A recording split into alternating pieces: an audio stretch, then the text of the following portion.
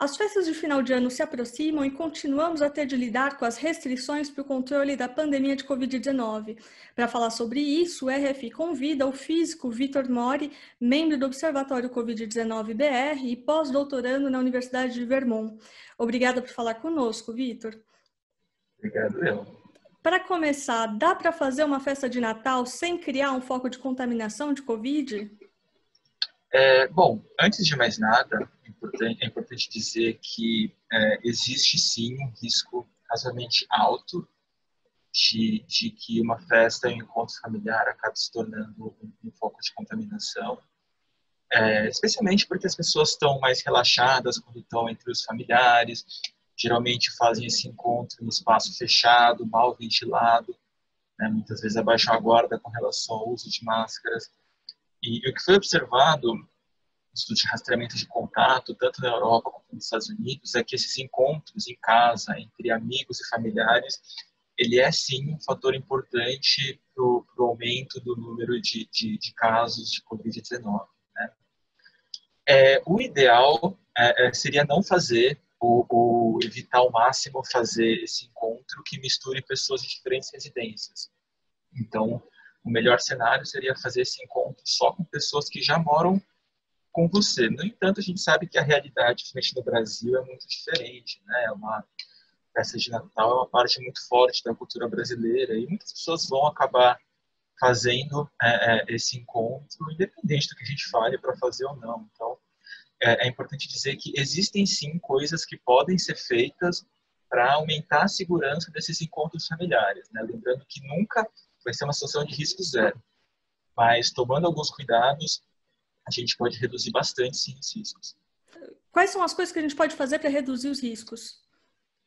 Bom, a primeira coisa é tentar fazer esse encontro com o menor número possível de pessoas. Não existe um número considerado ideal, né? O melhor é quanto menos pessoas, melhor. O melhor do cenário seria fazer esse encontro só com pessoas que já moram na sua residência e tentar misturar o menor número possível de pessoas de residências diferentes. Então, eu vou dar um exemplo. Fazer uma festa com 6 pessoas, sendo 3 pessoas que moram em uma residência e 3 pessoas que moram em outra residência, é melhor do que fazer um encontro de 6 pessoas, sendo que cada uma dessas 6 pessoas mora numa residência diferente, e em cada residência, além dessa pessoa, tem outros círculos, outras pessoas nesse círculo familiar. Então, é importante, primeiro, fazer um encontro com o menor número possível de pessoas e misturando o menor número de residências possíveis. A segunda dica, que é muito importante, é tentar fazer esse encontro ao ar livre. A principal via de transmissão do vírus, não diria talvez a principal, mas uma das principais é pelo ar. E o risco de contaminação dentro de um ambiente externo, ao ar livre, bem ventilado, é muito menor do que o risco no ambiente fechado. O estudo de rastreamento de contatos no Japão encontrou que o risco de contaminação no local ao ar livre, bem ventilado, é 19 vezes menor do que a contaminação no espaço fechado. Então, é muito importante que se tente fazer esse encontro ao ar livre. Então, escolher um quintal, um jardim, uma laje, às vezes alugar um imóvel para um dia só um sítio para fazer esse encontro, por exemplo. Se não for possível fazer esse encontro ao ar livre, em espaço bem ventilado, a dica que eu dou é para ventilar bem o espaço interno, né? Então, deixar as janelas sempre bem abertas, e usar ventiladores para aumentar a circulação de ar. Então, o que você faz? Você coloca um ventilador perto da janela, com a parte de trás do ventilador dentro de casa e a parte da frente fora de casa. Então, esse ar está puxando o ar de dentro e levando para fora. Se você tiver mais ventiladores, você pode fazer o contrário. Então, em uma janela você faz isso, e em outra janela oposta você coloca um ventilador puxando o ar de fora fresco para dentro. Então, você tem uma circulação e uma troca constante de ar. Então, é muito importante tomar cuidado com a ventilação. Então, de preferência, espaços ao ar livre. Então, para explicar isso bem do ventilador, se não for possível ao ar livre e tiver um ventilador, a ideia é que você use ele o contrário do que a gente costuma usar. Em vez de ele estar jogando o ar para dentro, ele está jogando o ar para fora. É isso? É isso. Jogar, o importante é que haja circulação, né? Então é importante que você tire o ar de dentro e ponha para fora, ou pegue o ar de fora e ponha para dentro. evita colocar o ventilador com as janelas fechadas, só recirculando o ar interno, que aí você pode estar espalhando ainda mais as partículas potencialmente contaminadas com o vírus, né? As regras de distanciamento ainda são importantes? Se eu vou fazer uma festa no jardim de casa, na hora de comer, é importante manter a distância entre as pessoas sentadas? Como que fica isso? Sim, é fundamental tentar manter o distanciamento o máximo possível e esse distanciamento tem que ser... A gente tem que tomar cuidado com o distanciamento, especialmente no momento que as pessoas estão sem máscara. Então, o momento da refeição é um momento muito crítico, porque todo mundo vai tirar a máscara ao mesmo tempo. Então, uma sugestão é, quando tirar a máscara para comer, aumentar o distanciamento ou fazer um rodízio, né? Um grupo tira a máscara e come, depois coloca a máscara de novo, outro grupo come. E também é importante dizer para evitar conversar enquanto você está sem a máscara.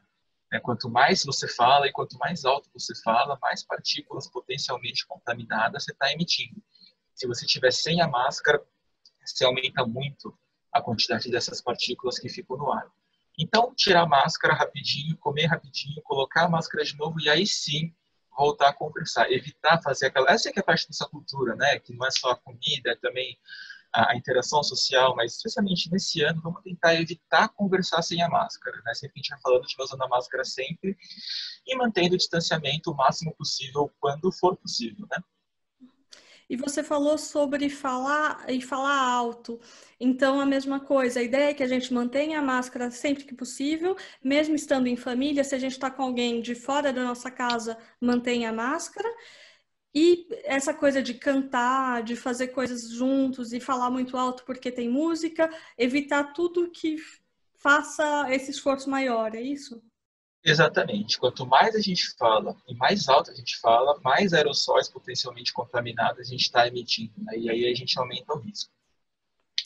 Queria que você explicasse um pouco isso dos aerossóis, porque às vezes é difícil a gente entender, perceber o que é isso, o que significa se eu estou me expondo ao risco ou não. Tem alguma imagem para a gente conseguir entender isso um pouco melhor? Bom, os aerossóis, eles são pequenas partículas de saliva potencialmente contaminadas com o vírus, né? Que são emitidas quando a gente canta, fala, ou até quando a gente respira, né? E aí é importante dizer, quanto mais a gente está falando e mais alto a gente está falando, mais aerossóis a gente emite. Por esses aerossóis eles serem muito leves, eles ficam em suspensão, eles ficam flutuando no ar. E é o que acontece, quando a gente inspira, a gente respira e traz esse ar de fora para dentro, a gente está inserindo essas partículas potencialmente contaminadas dentro do corpo e assim se contaminando, né? Uma forma de entender os riscos e medir os riscos e a importância das medidas de prevenção é fazer uma analogia com a fumaça do cigarro. A fumaça do cigarro também é um aerossol. Então, por exemplo, vamos supor que eu estou num espaço aberto, bem ventilado, estou num parque, por exemplo, e eu tenho uma pessoa que está fumando.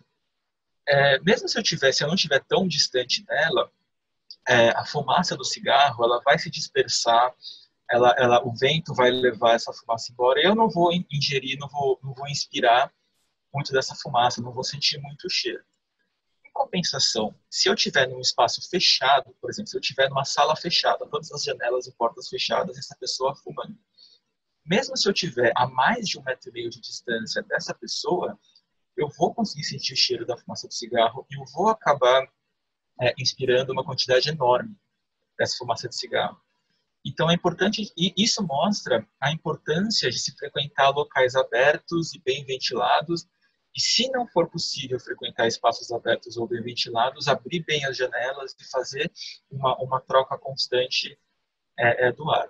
Agora, com relação ao distanciamento, mesmo se eu estiver num espaço aberto, bem ventilado, se eu estiver muito próximo da pessoa e a pessoa estiver expelindo a fumaça na minha direção, eu vou acabar inalando uma quantidade grande dessa fumaça, né? Vou acabar sentindo um cheiro muito forte. Então, justamente por isso é importante o distanciamento. Quanto mais longe eu estou de alguém que está fumando, menos fumaça eu acabo inalando e menos eu consigo sentir o cheiro. Transportando isso para a Covid, a gente pode pensar que qualquer pessoa que está sem máscara ou usando máscara errado e falando e conversando é uma pessoa que está fumando. E o nosso objetivo é tentar inalar a menor quantidade de fumaça possível. Então, por isso que é importante usar máscara, todo mundo está de máscara, e é importante também que a máscara ela seja usada corretamente. Então, que ela fique bem apertadinha no rosto, bem justa, com o mínimo de vazamento possível, né? Então, a gente vê muito pessoal que até usa máscara cobrindo a boca e o nariz, mas fica umas folgas enormes por cima e pelo lado. Isso é complicado. Idealmente, melhor seria deixar ela bem ajustada. Então, aí a gente consegue entender um pouco melhor a importância da máscara, a importância do distanciamento e a importância da ventilação. Perfeito, Victor. E por último, o que eu não vou ter nesse Natal de maneira alguma? O que eu não devo fazer? O que a gente tem que evitar são as festanças, né? Grandes festanças em locais fechados, com muita gente falando alto. Então, a gente tem que tomar muito cuidado com relação a isso. Vamos deixar aquela festa grande com 20, 30, 40 pessoas para um outro momento. Aquela festa com tudo fechado, o ar-condicionado ligado também, vamos tentar evitar. Tentar manter o silêncio o máximo possível, né? Especialmente quando a gente estiver sem a máscara. E outro cuidado que é importante ter também é evitar compartilhar itens pessoais, né? Apesar da transmissão por superfícies ela não ser tão prevalente, evitar compartilhar copo, evitar compartilhar talher, então cada um ter as suas coisas, não mistura muito. Também tomar um pouco mais de cuidado com a bebida e com o álcool, né? A gente acaba ficando mais relaxado, acaba prestando menos atenção de prevenção. Então são alguns cuidados que a gente tem que ter para fazer o Natal mais seguro. Outra coisa também, se quem conseguir fazer isso, fazer uma quarentena, né, idealmente de 14 dias antes de fazer a festa, né? Então todo mundo, se puder fazer uma quarentena, já ajuda bastante, especialmente se a festa for envolver pessoas do grupo de risco. E ainda falando de pessoas do grupo de risco, melhor não expor essas pessoas a essas festas, né? Então se elas já moram com você, estão convivendo com você, tudo bem. Mas evita trazer pessoas que são do grupo de risco e estão se protegendo para esse tipo de evento de risco maior. Muito obrigada pelas explicações, Victor. Muito obrigada por falar com a Rádio França Internacional. Obrigado, eu.